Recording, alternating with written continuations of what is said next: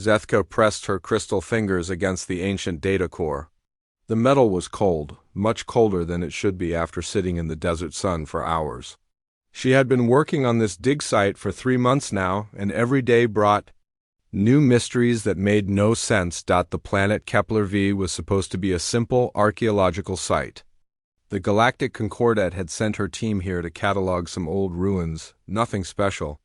Just another dead civilization that had built cities and then vanished, like so many others scattered across the galaxy. But this place was different.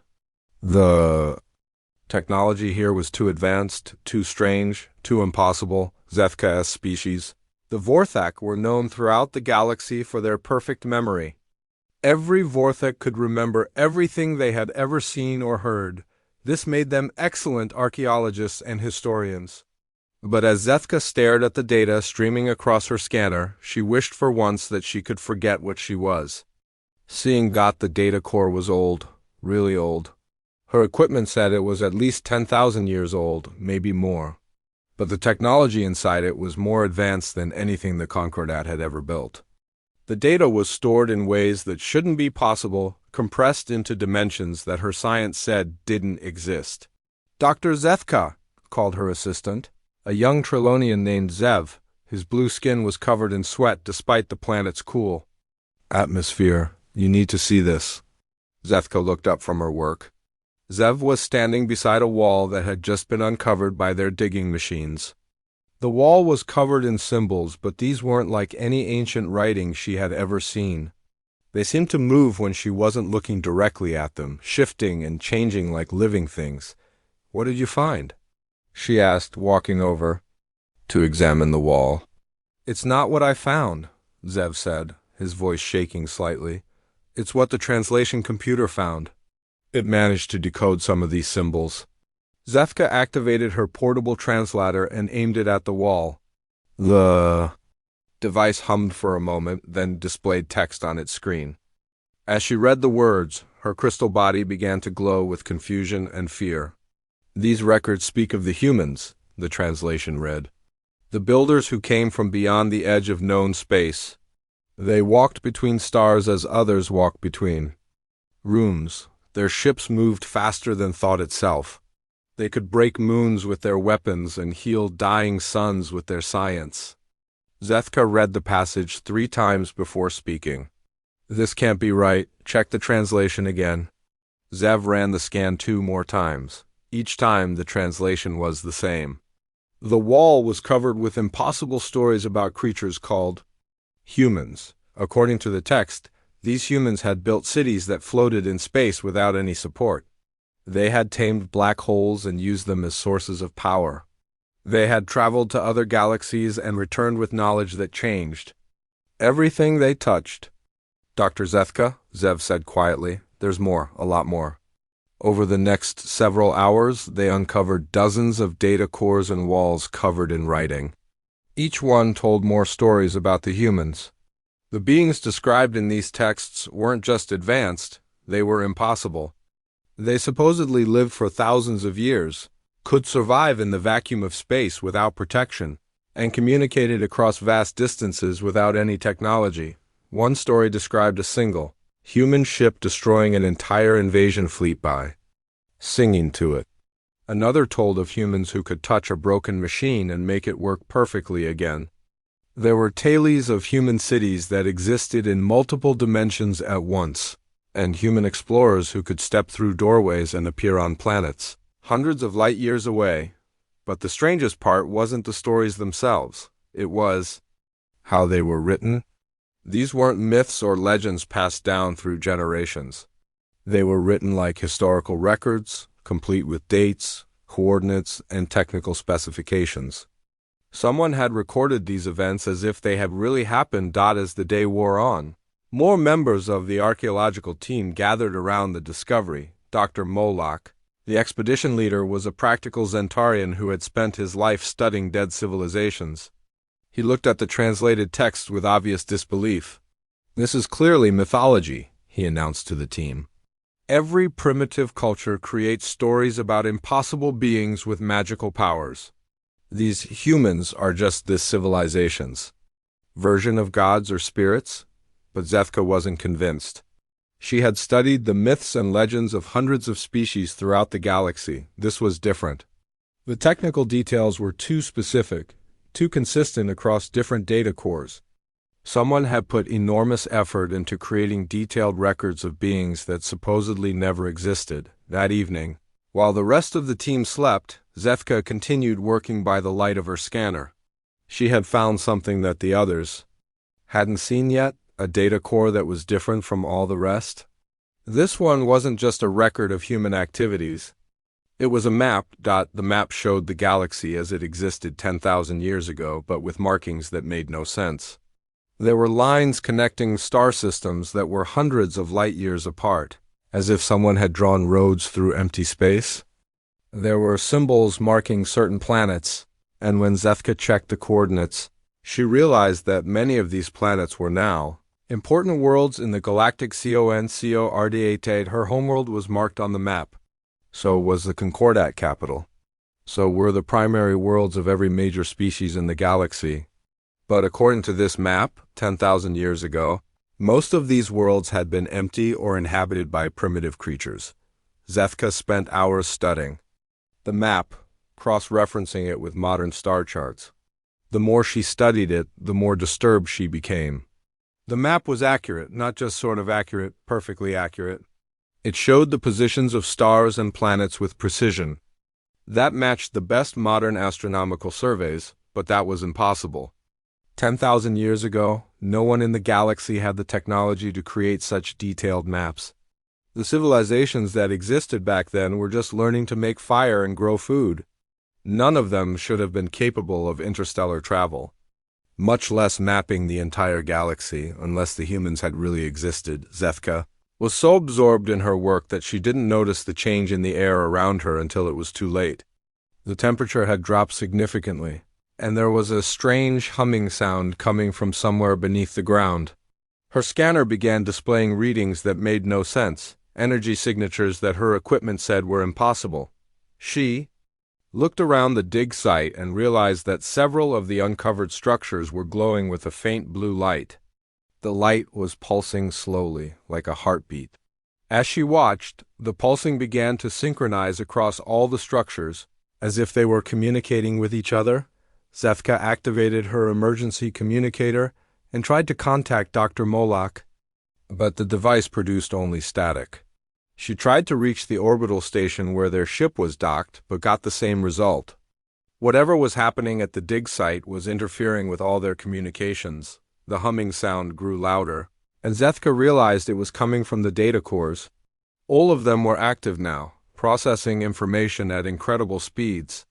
Streams of data were flowing between the cores, and the alien symbols on the walls were moving more rapidly than ever. Then, as suddenly as it had started, everything stopped. The humming ceased, the lights faded, and the air temperature returned to normal. Zethka's communicator crackled back to life, and she immediately called for help. Dr. Moloch and the rest of the team arrived within minutes, but by then all the equipment had returned to normal. The data cores were dormant again, and the symbols on the walls had stopped moving. When Zethka tried to explain what had happened, the others looked at her with skepticism. "You've been working too hard," Dr. Moloch said kindly. Ancient sites can play tricks on the mind, especially when you're working alone at night, but Zethka knew what she had seen. The site had come alive, if only for a few minutes. Something had activated the ancient technology, something that responded to her presence or her research. And if the technology still worked after 10,000 years, then maybe the stories about the humans weren't myths after all. The next morning brought a message from the Concordat capital that changed everything. Long-range monitoring stations at the edge of the galaxy had detected unusual energy signatures. The signatures were unlike anything in the Concordat's databases, but they matched descriptions found in some very old texts that describe human technology. Dr. Moloch read the message aloud to the team, his voice growing quieter with each word. When he finished, the dig site was completely silent except for the wind blowing through the ancient ruins. "This is probably just a coincidence," he said finally, but his voice lacked conviction. Zethka looked at the map she had discovered, then at the message from the monitoring stations. The coordinates mentioned in the message were marked on the ancient map with a symbol she hadn't been able to translate. Now, staring at both pieces of information, she realized what the symbol meant. It was a warning. The ancient map wasn't just a record of where the humans had been. It was a record of where they might return. And according to the monitoring stations, something was coming from exactly the direction the map had predicted. For 10,000 years, the galaxy had been peaceful. The Galactic Concordat had built a civilization based on cooperation and understanding between different species. Wars were rare, and when they happened, they were small conflicts that were quickly resolved through diplomacy. But now, faced with the possibility that the legendary humans might actually exist and might be returning, the leaders of the Concordat began to worry. If even half the stories were true, then humanity was more powerful than all the Concordat species combined.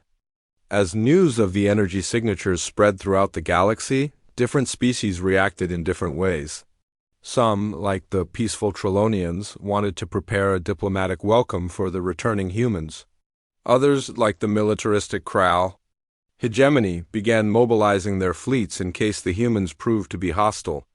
But in a quiet tent on the archaeological site of Kepler 7, Zethka continued studying the ancient records.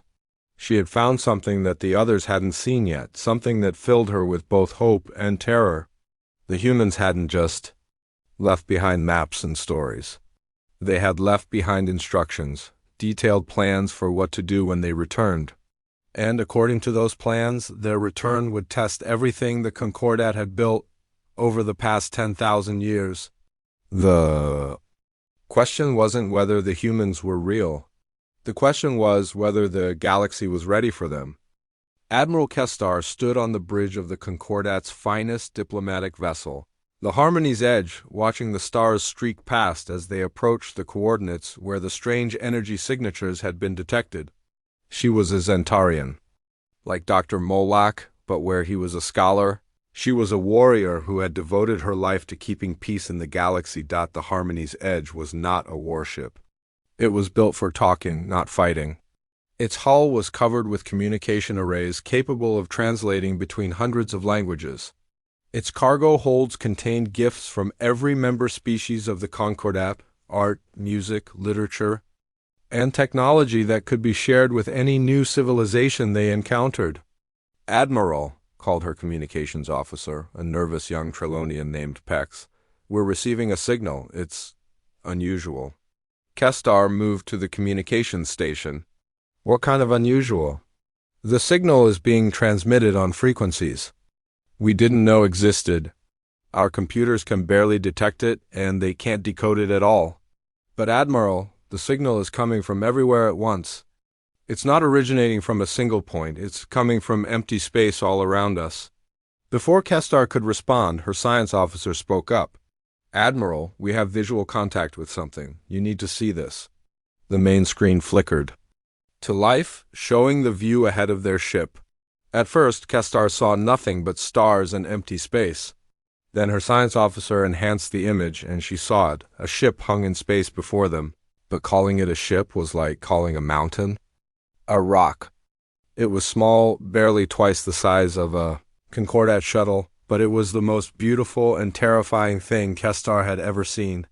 The hull seemed to be made of liquid metal that shifted and flowed like water, but held its shape perfectly. Strange symbols moved across its surface, and it glowed with a soft light that came from within the metal itself. "Scanning the vessel now," her science officer reported. "Admiral, this is impossible. The ship has no visible engines, no weapons that we can detect, and no power source that our sensors can identify. But it's generating more energy than our entire fleet." "Can we establish communication?" Kestar asked, before anyone could answer. The mysterious ship sent a message. But instead of coming through their communication systems, the message appeared directly in their minds. Every being on the bridge suddenly heard a voice speaking in their own language, as clearly as if someone was standing next to them. "I am Commander Sarah Chun of the Human Exploration Force. you are representatives of the Galactic Concordat. We need to talk. The bridge fell silent. After a moment, Kestar found her voice. Commander Chun, this is Admiral Kestar of the Concordat vessel Harmony's Edge. We welcome you and request permission to meet in person to discuss peaceful relations between our peoples. Permission granted, came the reply. Prepare your docking bay, I'm coming aboard. Commander, we would be happy to dock with your vessel instead as a gesture of respect. That won't be necessary. Stand by. The mysterious ship suddenly moved. One moment it was 1,000 kilometers away, and the next moment it was gently settling into the Harmony's Edge's docking bay. It had crossed the distance instantly, without any visible means of propulsion, and without creating any disturbance in space. Kestar hurried to the docking bay with her senior officers, trying to prepare for humanity's first formal contact with the Concordat in 10,000 years. But nothing could have prepared her for what emerged from the human ship. Commander Sarah Chun looked exactly like the descriptions in the ancient texts. She was tall and lean, with brown skin and dark hair pulled back in a simple style. She wore a uniform that seemed to be made of the same flowing metal as her ship, and her dark eyes held an intelligence that made Kestar feel like a child trying to impress an adult. But it wasn't Chen's appearance that shocked Kestar. It was the fact that she was alone. The human ship was barely large enough for one person, and Chen had traveled across the galaxy by herself to make contact with an entire civilization. Admiral Kestar, Chun said, extending her hand in what the ancient texts had described as a human greeting. Thank you for agreeing to meet. We need to discuss the future of this galaxy. Kestar took the offered hand, surprised by the strength of Chen's grip. Commander Chun, on behalf of the Galactic Concordat, I welcome you and your people. We have many questions about humanity and where you have been for the past 10,000 years. Chun smiled, but there was something sad about the expression. I'm sure you do. Let me start by telling you that we never left. We've been watching this galaxy for a very long time, and we've been watching you. They moved to the Harmony's Edge's main conference room where Kestar's senior staff had assembled. Representatives from every major Concordat species were present, either in person or through holographic projection. As Chen entered the room, conversation stopped and all eyes turned to her. Before we begin, Chun said, I should explain something about human technology. We don't use traditional communication methods. When I speak to you, I'm speaking directly to your mind in your own language. When I touched your hand, Admiral, I learned your language, your history, and your intentions. This isn't telepathy. As you understand it, it's simply a more efficient way to exchange information. Dr. Yorval, the Concordat's chief xenobiologist, leaned forward eagerly. Commander, if I may ask, how is this possible? Our scientists have theorized about direct neural communication, but we've never been able to achieve it. Your scientists are limited by your understanding of consciousness, Chun replied. You think of the mind as something that exists inside the brain. We understand that consciousness is something that exists everywhere, and the brain is simply the tool that accesses it. The beings around the table exchanged glances. What Chen was describing sounded like mysticism, not science. Chun seemed to notice their skepticism. Let me demonstrate. Dr. Yorval, you're thinking about the equation for faster than light travel that your people discovered 200 years ago. You're wondering if humans use the same principles. Dr. Yorval's eyes widened. He hadn't spoken that thought aloud, and there was no way Chun could have known what he was thinking. We don't use your FTL principles, Chun continued. We don't travel faster than light. We step outside of space-time entirely and then step back in wherever we want to be. Distance becomes meaningless when you're not limited to traveling through normal space. Commander, interrupted General Thark, the military representative from the Kral hegemony. His species was known for their aggressive nature and their powerful military. These claims are difficult to believe. If humans possess such advanced technology, why reveal yourselves now? What do you want from the Concordat? Chun turned to look at General Thark and her expression became serious. We're revealing ourselves because you've reached a point where you need guidance.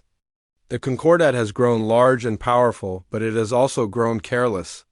You've been expanding into regions of space that you should leave alone. What regions? Castar asked. The outer rim territories near the galactic edge. You've built mining stations and research outposts in areas that are occupied. Occupied by whom? General Thark demanded. Our surveys show those regions are empty. They're occupied by species that don't want to be found, Chun said calmly. Ancient civilizations that withdrew from galactic affairs long ago, beings that make humans look primitive. Your expansion is disturbing them, and if you continue, they will respond. The room erupted in conversation as representatives began, arguing among themselves. Some wanted to know more about these hidden civilizations. Others demanded proof of Chun's claims. General Thark was particularly vocal in his skepticism. Even if what you say is true, Thark said loudly, the Concordat will not be dictated to by a single human in a tiny ship. If these ancient beings want us to stop our expansion, let them come forward and negotiate like civilized people. Chun stood up slowly, and the room fell silent. There was something in her posture that made everyone suddenly aware that they might be in danger. General Thark, she said quietly, you should know that I'm not here alone, and I'm not here to negotiate. What do you mean? Castar asked, though she was beginning to fear the answer. I'm here to deliver a message. The human exploration force has been monitoring the Concordat for generations. We've watched you grow from scattered tribes into a galactic civilization. We're proud of what you've accomplished, but we're also concerned about the direction you're heading. Chun walked to the large window that showed the stars outside. The Concordat has 7 days to halt all expansion into the outer rim territories. Any ships or stations in those regions must be withdrawn. This is not a request or a negotiation. This is a requirement. General Thark slammed his fist on the table. Who do you think you are to make demands of the Concordat? We represent 17 different species and thousands of worlds. You're one person in one ship. Chun turned back to face the room. I'm the advanced scout for the Human Defense Fleet. If the Concordat complies with our requirements, you'll never see us again. If you don't... She paused, and for a moment her calm demeanor slipped, revealing something that looked like sadness. If you don't, you'll learn why every ancient civilization in this galaxy has stories about us. Is that a threat? Thark asked, rising from his chair. It's a fact, Chun replied. Admiral Castar, you've read the archaeological reports from Kepler-7. You know what the ancient texts say about human capabilities. Do you really want to find out if those stories are true? Castar had indeed read the reports. Stories of human ships that could destroy fleets, weapons that could crack moons, technology that seemed like magic. If even a fraction of those stories were accurate... Commander Chun, she said carefully, perhaps we could arrange for you to address the Concordat Council directly. I'm sure we can reach some kind of agreement that satisfies everyone. I've already addressed the Council, Chun said. Every word of this conversation is being transmitted to every Concordat world simultaneously. Your leaders are hearing this discussion as it happens. The communications officer checked his equipment frantically. Admiral, she's right. Somehow, this conversation is being broadcast across the entire galaxy. Every major population center is receiving it. Chun moved toward the docking bay. I've delivered my message. You have 7 days. After that, the matter will be taken out of my hands. Wait, Castar called after her. Commander, surely we can discuss this further. The Concordat values peaceful resolution of conflicts. Chun stopped at the doorway. Admiral, the Concordat has spent 3,000 years believing that you are the most advanced civilization in the galaxy. You've grown comfortable with that belief. But you're children playing with toys you don't understand in a universe that's far more dangerous than you realize. Then help us understand, Castar pleaded. Teach us what we need to know. We tried that once, Chun said sadly. 10,000 years ago, we tried to guide younger civilizations, to help them avoid the mistakes we had made. It didn't work. Some species became dependent on our help and never learned to solve problems on their own. Others became resentful and eventually turned against us. A few tried to steal our technology and use it for conquest, so you left. So we left. We decided to let the galaxy develop on its own, only intervening when absolutely necessary. The Concordat was our second attempt at a galactic civilization. We seeded the growth of your member species, guided your development from a distance, and hoped you would do better than the first attempt. The room was completely silent as the implications of Chun's words sank in. The Concordat wasn't just meeting humanity for the first time. They were meeting their creators. You created us? Dr. Yorville whispered. We guided your evolution. Yes, not directly, but we influenced the conditions that allowed your species to develop intelligence and technology. We wanted to see if a civilization could grow strong and wise without direct interference. And your conclusion? Castar asked. Chin looked around the room, her gaze settling on each representative in turn. You've grown strong. Whether you've grown wise remains to be seen. 7 days, Admiral. After that, you'll get a demonstration of what human intervention looks like. She turned and walked toward her ship, leaving behind a room full of beings who were struggling to process what they had just learned. Commander, General Thark called after her, his voice loud and angry. The Kral hegemony does not bow to threats, no matter who makes them. If you want to stop our expansion, you'll have to fight for it. Chen paused at the entrance to her ship and looked back at Thark. For just a moment, her calm mask slipped, and everyone in the room saw something that made them take a step back. It wasn't anger or fear, it was pity. General, she said quietly, I really hope you change your mind. Then she was gone and her ship disappeared from the docking bay. As instantly as it had arrived, the representatives sat in silence for several minutes, trying to understand what had just happened. Finally, Admiral Kestar spoke. I think, she said slowly, we need to contact the Concordat Council immediately. But it was too late for that. General Thark was already activating his personal communicator, calling for the mobilization of the Kral hegemony's entire military fleet. 7 days suddenly seemed like a very short time. The Concordat capital world of Nexus Prime had never seen chaos like this. In the 3,000 years since the founding of the Galactic Alliance, the massive city-planet had been a symbol of peace and cooperation.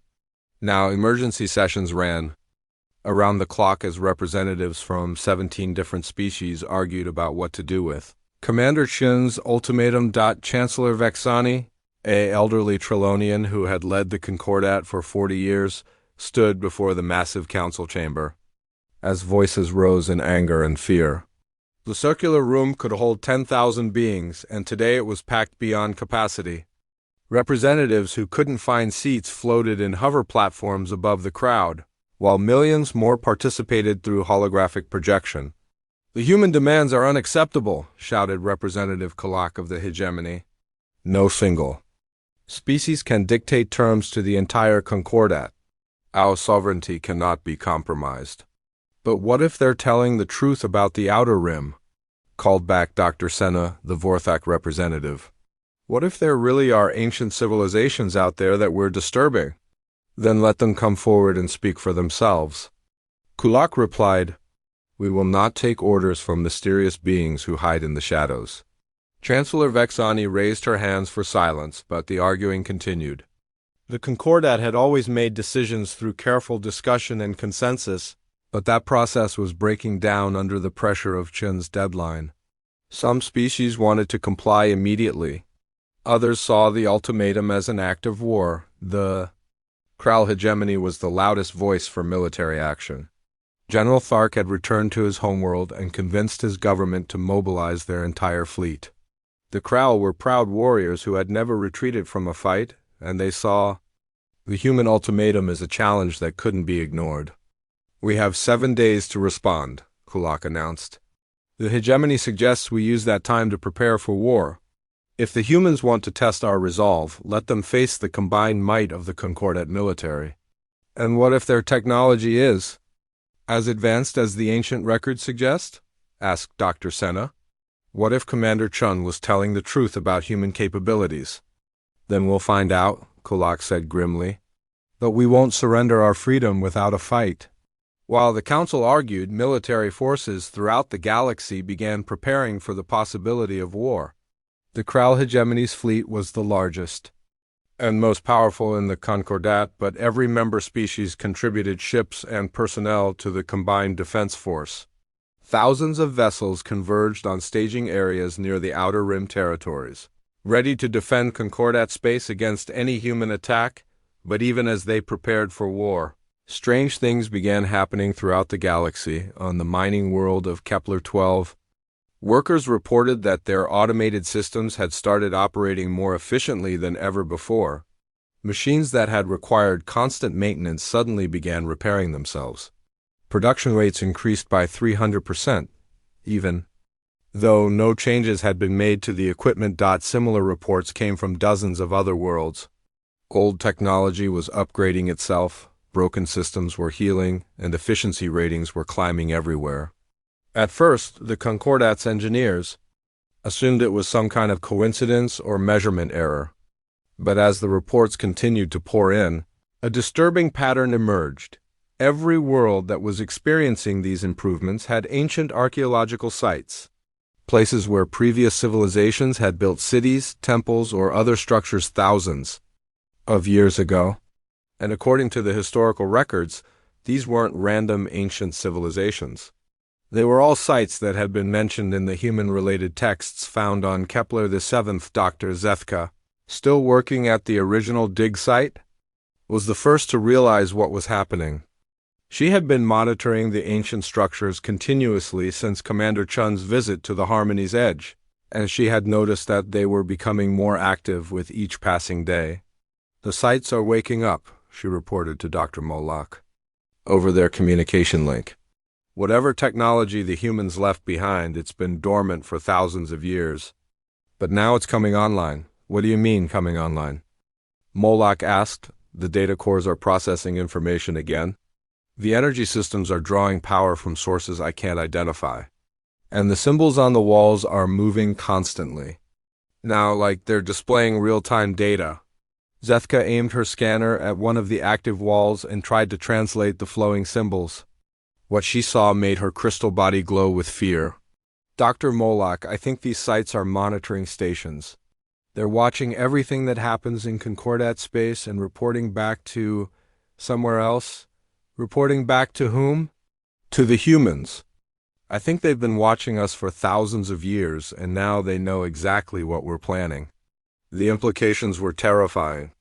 If the humans had monitoring stations on dozens of worlds throughout Concordat space, then they knew about every military movement, every strategic discussion, every plan the Concordat was making. The idea of fighting a war against an enemy who could watch your every move was nightmare enough. But there was something even worse. If the monitoring stations were becoming active, it meant the humans were preparing for something. Dr. Moloch immediately contacted Chancellor Vexani with Zethka's findings, but the report was lost in the chaos surrounding the military preparations. The Chancellor's office was flooded with reports, recommendations, and requests for guidance. A single archaeological team's concerns about ancient monitoring stations seemed insignificant compared to the massive fleets that were assembling near the Outer Rim, but Dr. Moloch wasn't the only one who had noticed the awakening of ancient technology. Deep space monitoring stations throughout the galaxy were detecting energy signatures that had never been seen before.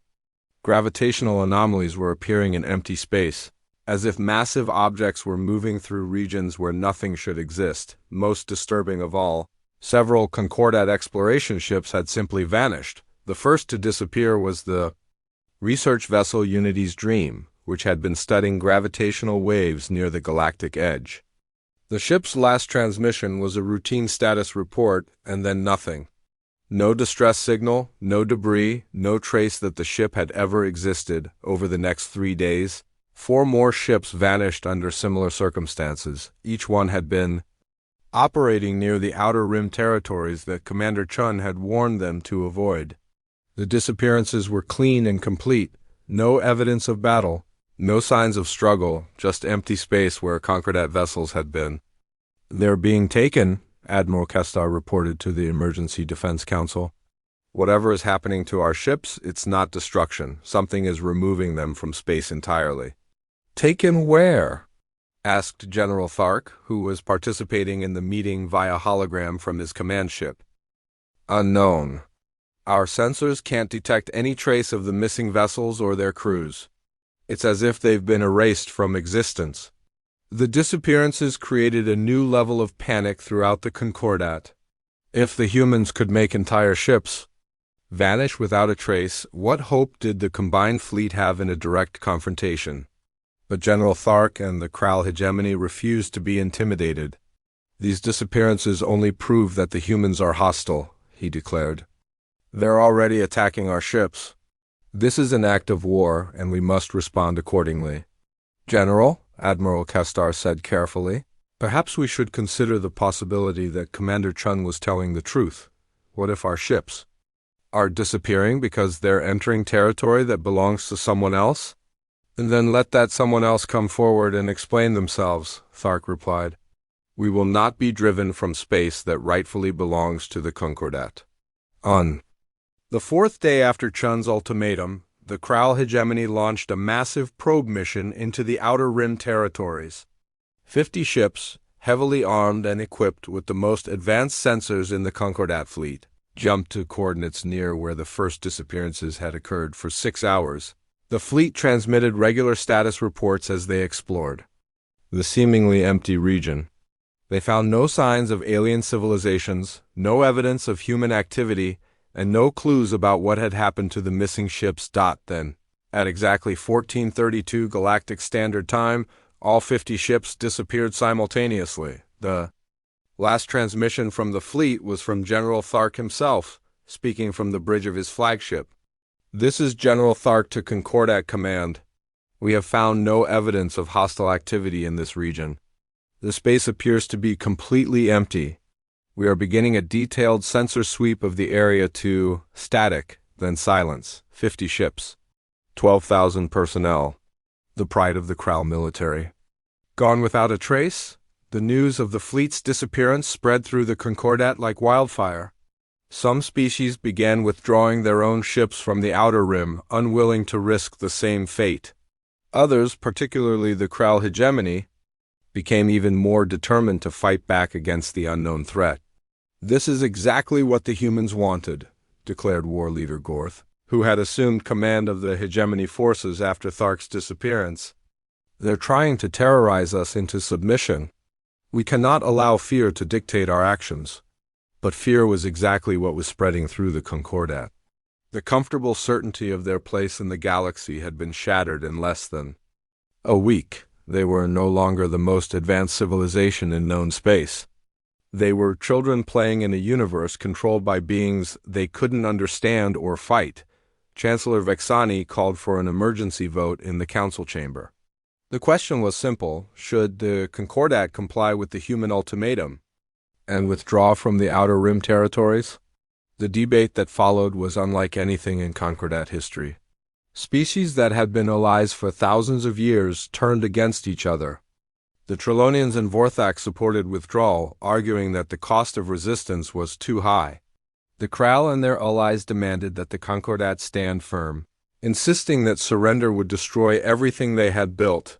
"If we give into these demands," War Leader Gorth argued, "what happens when the humans make more demands? Today they want us out of the Outer Rim. Tomorrow they might want us to disarm our fleets. Eventually they'll want us to surrender our freedom entirely. And if we resist," Dr. Senna replied, "we might lose everything anyway. These beings have technology that makes our most advanced weapons look like children's toys. How can we fight an enemy we can't even find?" The vote was scheduled for the 6th day after Chun's ultimatum. But on the morning of the vote, something happened that changed everything. The ancient monitoring stations throughout the galaxy suddenly went silent. Dr. Zethka was the first to notice the change. The structures at her dig site, which had been humming with activity for days, suddenly stopped transmitting. The flowing symbols on the walls froze in place. The energy readings dropped to zero, and the mysterious power sources that had been feeding the ancient technology simply vanished. Similar reports came from every world with human archaeological sites. Everywhere in Concordat space, the ancient technology that had been awakening over the past week suddenly went dormant again. It was as if someone had flipped a switch and turned off the entire network at once. "They're coming," Dr. Zethka whispered to herself as she stared at the silent walls of the ancient structures. The monitoring phase was over. The humans had learned everything they needed to know about the Concordat's capabilities, strategies, and intentions. Now they were preparing to act. 7 days had almost passed since Commander Chun's ultimatum. The Concordat Council was still debating whether to comply with the human demands, and the Kral hegemony was preparing to launch an even larger military expedition to the Outer Rim, but in the depths of space, far beyond the reach of Concordat sensors, something was moving. Ships that existed partially outside normal spacetime were converging from across the galaxy and beyond. The human defense fleet, which had been scattered across multiple dimensions and distant star systems, was assembling for the first time. In 10,000 years, the silence that had fallen over the ancient monitoring stations wasn't just the end of surveillance. It was the calm before the storm. In her final report before the archaeological team was evacuated from Kepler-7, Dr. Zethka wrote a single sentence that would be remembered throughout Concordat history: "The legends are coming home." The 7th day was about to begin, and the galaxy would never be the same. The 7th day began with the largest military gathering in Concordat history. War leader Gorth stood on the command deck of the Kral hegemony's new flagship, Inevitable Victory, watching as thousands of ships moved into formation around him. The combined fleet represented every species in the Concordat: sleek Trilonian cruisers, massive Zentarian battleships, swarms of Vorthic fighter craft, and dozens of other vessel types from across the galaxy. "Status report," Gorth commanded. "Fleet assembly is complete," his aide reported. 8,400 ships from 17 species. "This is the largest military force ever assembled in galactic history." Gorth nodded with satisfaction. If the humans wanted a demonstration of Concordat power, they were about to get one. The deadline had passed 3 hours ago, and there had been no sign of human activity anywhere in the galaxy. Perhaps their ultimatum had been a bluff after all. "Set course for the Outer Rim territories," Gorth ordered. "Full fleet advance." The armada began moving toward the coordinates where General Thark's expedition had disappeared. Gorth's plan was simple: establish a permanent military presence in the disputed region and dare the humans to do something about it. If they wanted the Concordat out of the Outer Rim, they would have to fight for it. But as the fleet approached the edge of Concordat space, something strange began happening to the stars. "War leader," called his science officer, "we're detecting gravitational anomalies throughout the region. Spacetime itself appears to be bending." Gorth moved to the sensor station and studied the readings. The data made no sense. According to the instruments, reality was being twisted and folded in ways that shouldn't be possible. It was as if someone was preparing to tear holes in the fabric of space itself. "Could this be some kind of natural phenomenon?" he asked. "Negative, sir. The anomalies are too precise, too coordinated. Someone is doing this deliberately." Before Gorth could respond, his communications officer interrupted. "War leader, we're receiving a transmission. It's coming from everywhere at once." The main screen flickered to life, showing the familiar face of Commander Sarah Chun, but something was different about her appearance now. She looked tired, and there was a sadness in her eyes that hadn't been there before. "War leader Gorth," she said, her voice carrying clearly across the fleet's communication channels. "I had hoped you would choose differently." "Commander Chun," Gorth replied, trying to keep his voice steady, "the Concordat does not bow to threats. If you want us to leave this region, you'll have to remove us by force." "That's exactly what I'm going to do," Chun said quietly. "But first, I want to make sure you understand what you're facing. You're not just fighting humanity, war leader. You're fighting 10,000 years of technological advancement, guided by beings who have seen the rise and fall of entire galactic civilizations. Then show us, Gorth challenged. If humans are as powerful as you claim, prove it. Ching closed her eyes for a moment, and when she opened them again, Gorth saw something that made his blood run cold. It wasn't anger or aggression, it was pity. Computer, initiate fleet manifestation protocol, Chun said to someone off-screen. The stars around the Concordat fleet began to change. At first, it was just a subtle shift in the starlight, a dimming here, a brightening there. Then space itself began to ripple like water, and through those ripples, shapes began to emerge. Ships, massive, impossible ships that seemed to exist in multiple dimensions at once. The first vessel to fully materialize was a cruiser the size of a small moon, its hull appearing to be made of crystallized starlight. As it moved through space, reality bent around it, creating aura-like effects that danced across the hulls of nearby Concordat vessels. Then more ships appeared, destroyers, that looked like they had been carved from black holes, their hulls so dark they seemed to absorb light itself. Carriers that existed partially in hyperspace, their fighter bays opening into dimensions that the Concordat sensors couldn't even detect. How many ships are we looking at? Gorth asked, his voice barely above a whisper. His sensor operator was frantically working at his console trying to get accurate readings. I can't tell, sir. Some of these vessels are registering as being in multiple locations at once. Others appear to be larger than our sensors can measure. And War Leader, they're still coming. More and more ships materialized around the Concordat fleet. Capital ships that dwarfed anything in the galaxy, their hulls covered with weapon systems that seemed to operate on principles of physics that didn't exist in any textbook.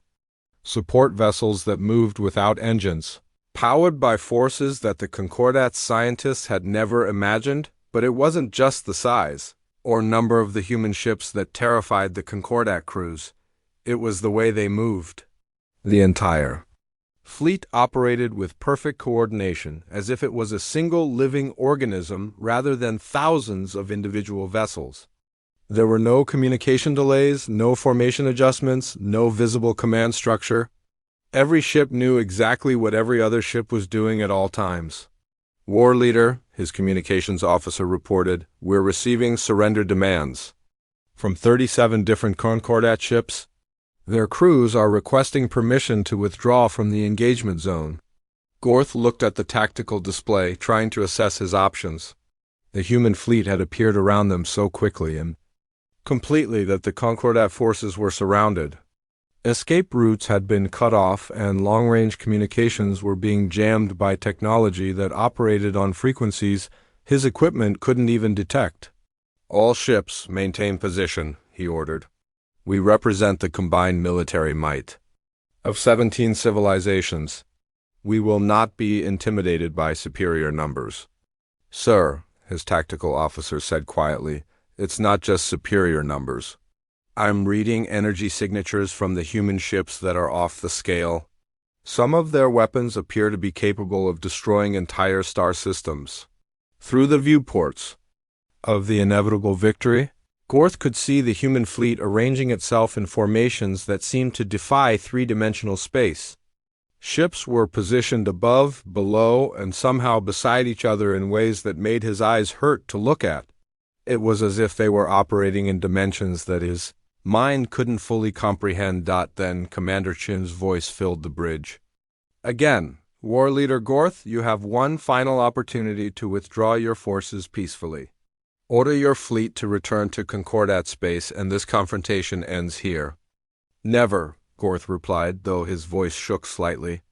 The Kral hegemony does not retreat. I know, Chun said sadly. Your species' courage is one of the things we admire about you.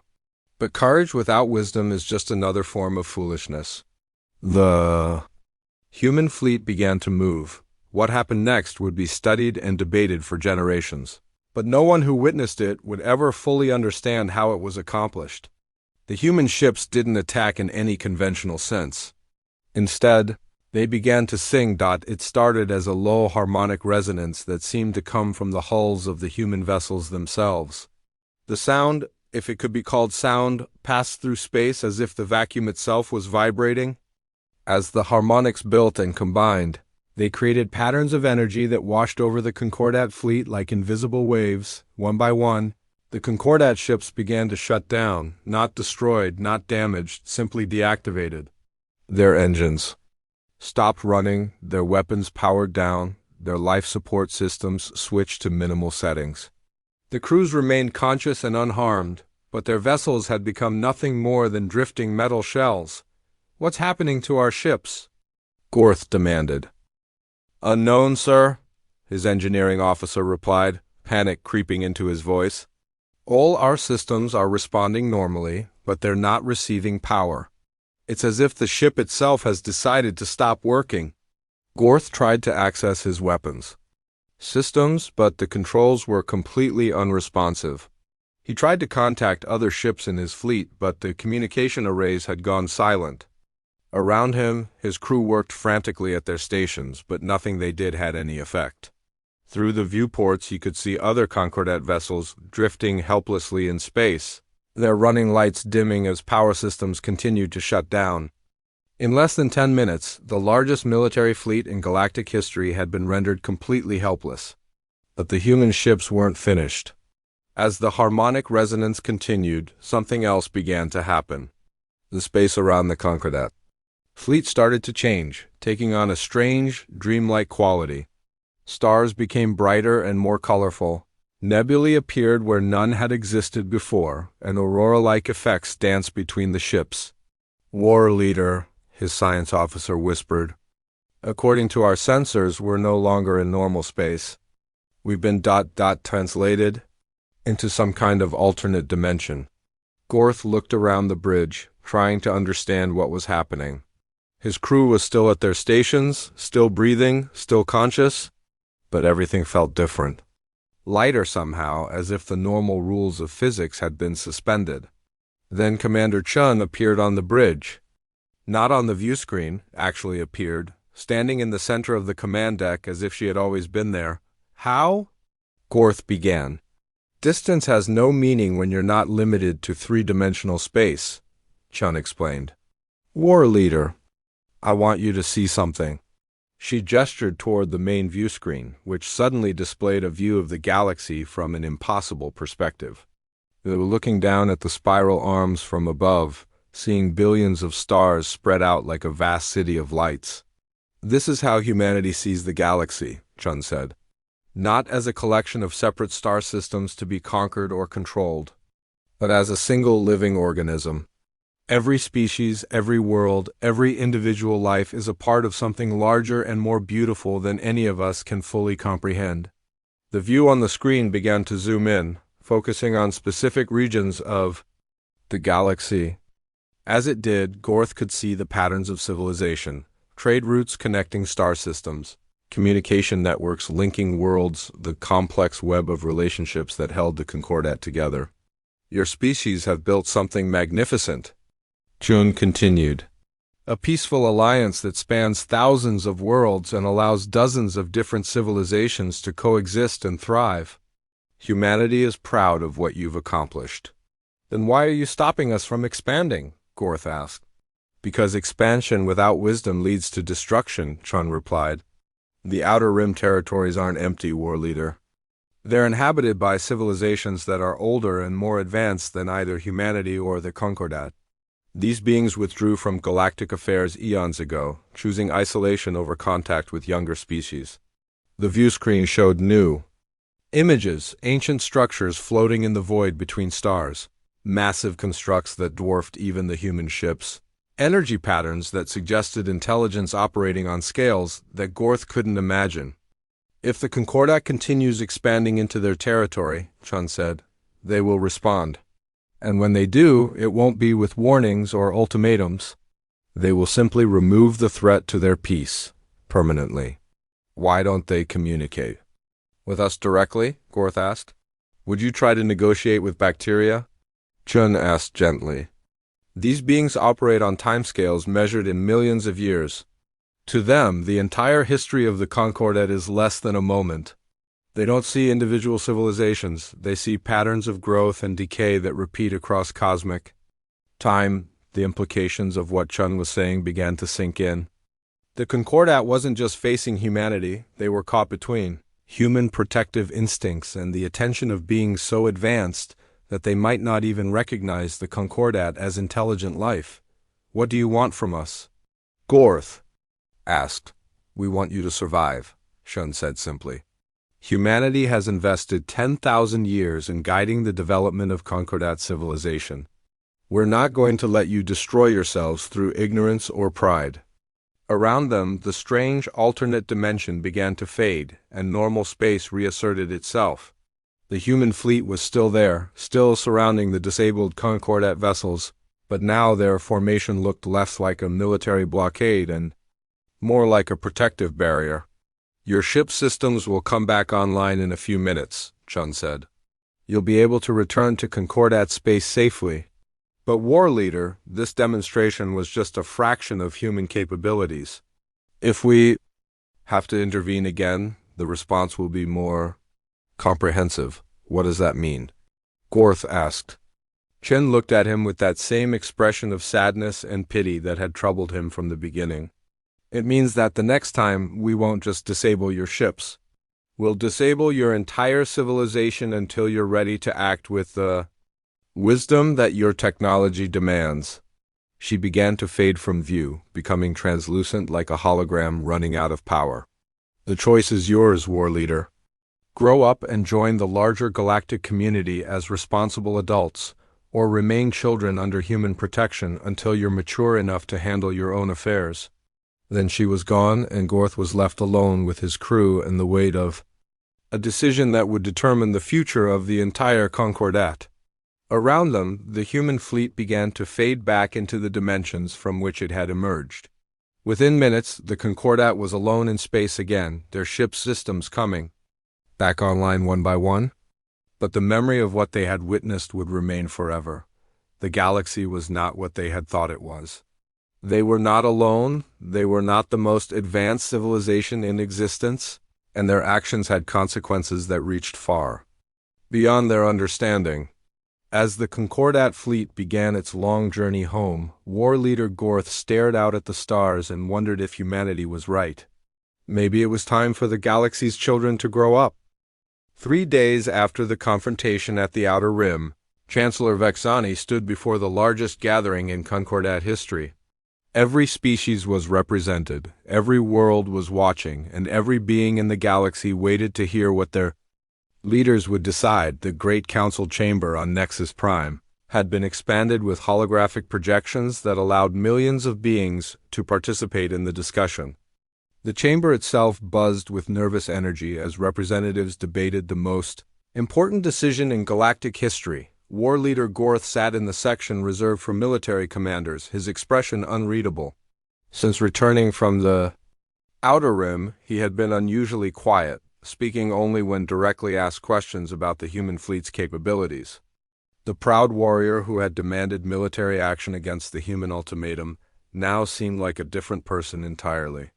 The question before us is simple, Chancellor Vexani announced, her voice carrying clearly through the vast chamber. Do we accept the human terms and withdraw from the Outer Rim territories, or do we continue our expansion and risk further confrontation? The debate that followed revealed deep divisions within the Concordat. Some species, led by the Trillonians and Vorthak, argued for immediate compliance with the human demands.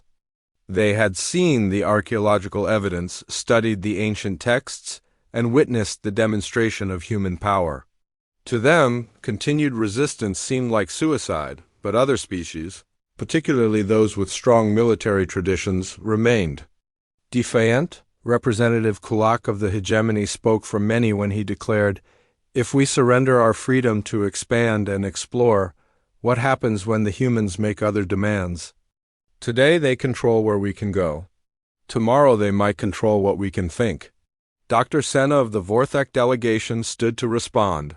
Representative Kulak speaks of freedom, but what freedom do we have if our actions lead to the destruction of our civilization? Commander Chun showed us that there are forces in this galaxy that make human technology look primitive. Do we really want to attract their attention? The argument continued for hours, with each side presenting evidence and making emotional appeals. But gradually a new perspective began to emerge from an unexpected source. Dr. Zethka, the archaeologist who had first discovered the human texts on Kepler 7, had been granted permission to address the council. As she walked to the center of the chamber, her crystal body reflected the lights in patterns that seemed to dance and flow. "Honored representatives," she began, "I have spent the last several months studying human archaeological sites throughout Concordat space. I have discovered something that changes our understanding of this entire situation." She activated a holographic display that showed a map of the galaxy with thousands of points of light scattered across its spiral arms. Each point represented a human archaeological site, and as the display zoomed in on individual locations, the true scope of human influence became clear. "These sites aren't random," Zethka explained. "They're part of a vast network that spans the entire galaxy. But more importantly, they're not just monitoring stations or ancient ruins, they're gifts." The chamber fell silent as the implications of her words began to sink in. "Every human site contains technology that has been slowly influencing the development of nearby civilizations," Zethka continued. "Medical advances, agricultural improvements, communication breakthroughs, thousands of innovations that we thought we had discovered ourselves were actually guided by human technology." She showed examples from dozens of worlds. Planets where crop yields had mysteriously improved after archaeological expeditions uncovered human ruins. Star systems where communication networks had suddenly become more efficient following the discovery of ancient artifacts. Medical breakthroughs that had saved millions of lives, all originating from research conducted near human sites. "The humans haven't just been watching us," Zethka said. "They've been helping us. For 10,000 years, they've been quietly guiding our development, ensuring that we had the tools we needed to build a peaceful and prosperous civilization." Representative Kulak stood to challenge her findings. "Even if this is true, it doesn't change the fact that they're now trying to control us. Benevolent manipulation is still manipulation." But war leader Gorth surprised everyone by speaking up. "Representative Kulak, I saw the human fleet, I felt their power. If they wanted to control us, they wouldn't need ultimatums or negotiations. They could simply take control whenever they wanted." Gorth moved to the center of the chamber, his massive frame commanding attention from every being present.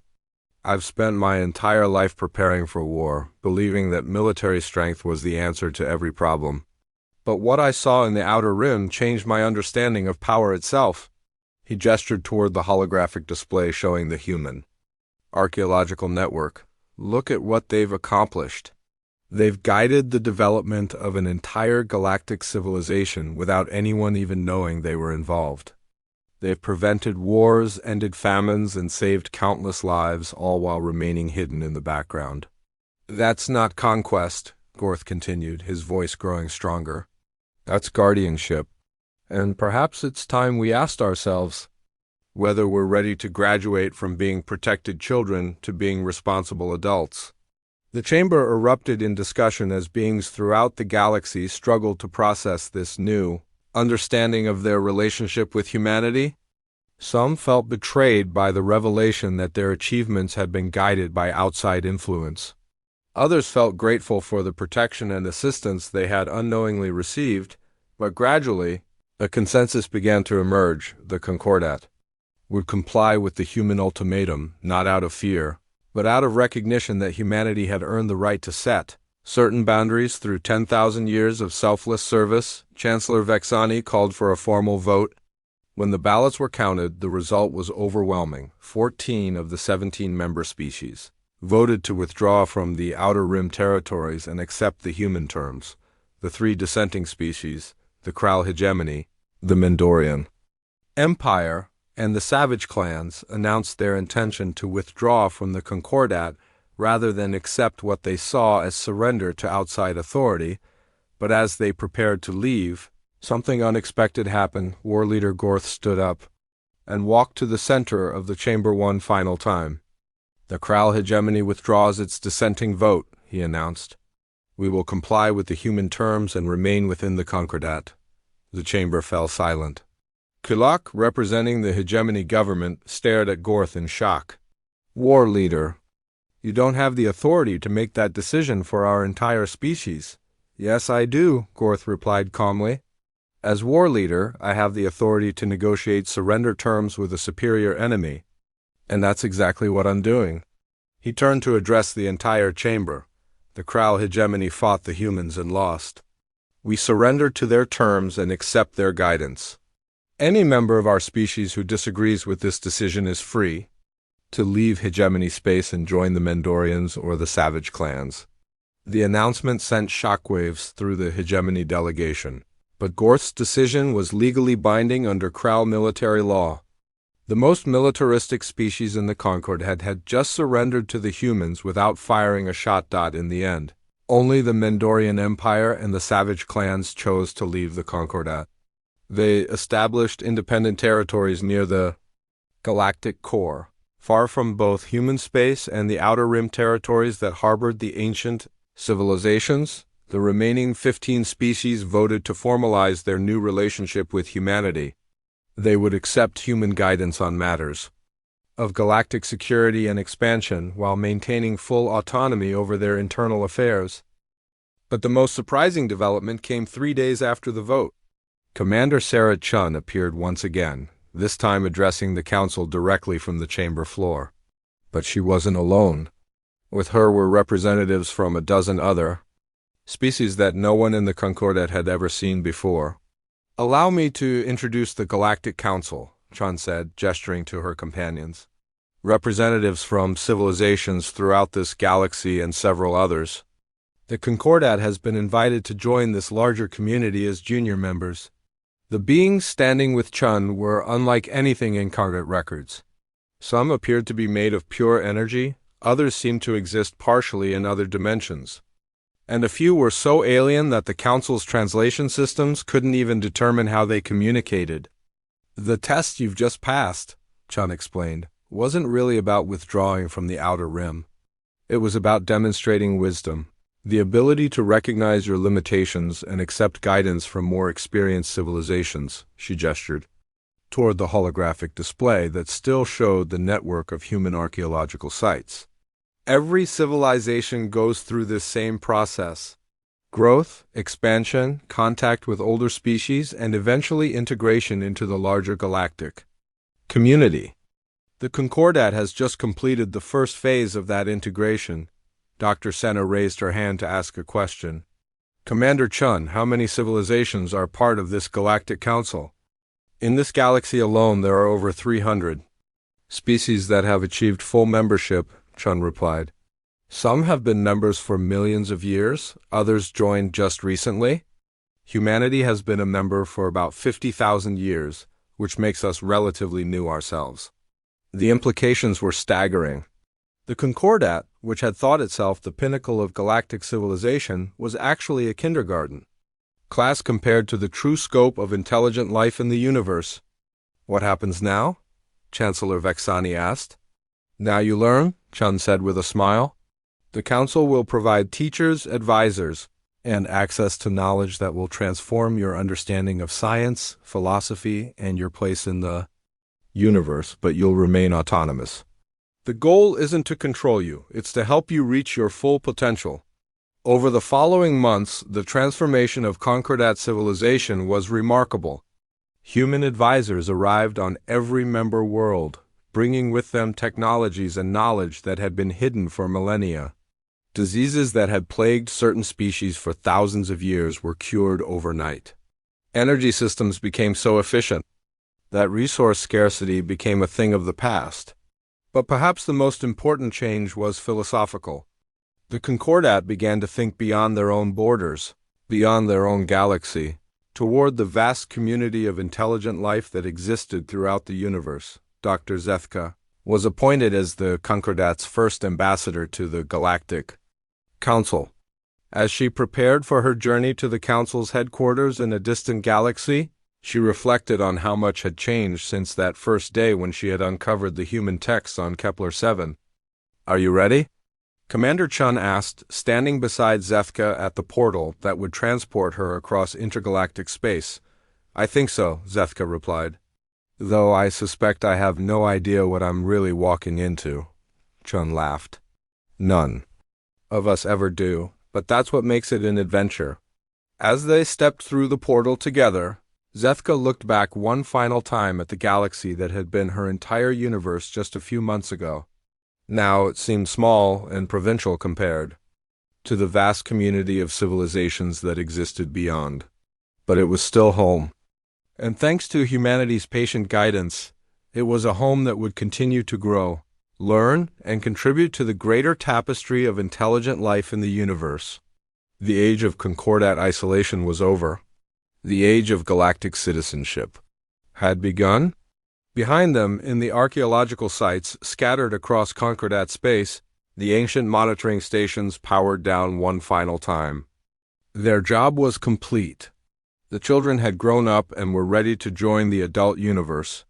In the silence that followed, the galaxy seemed different, not empty but full of potential, full of species ready to take their next steps into a larger, more wondrous universe than they had ever imagined possible. The legends had indeed come home. But more importantly, they had shown the way to an even greater legend, the story of what the galaxy's children could become when they learned to reach beyond the stars themselves.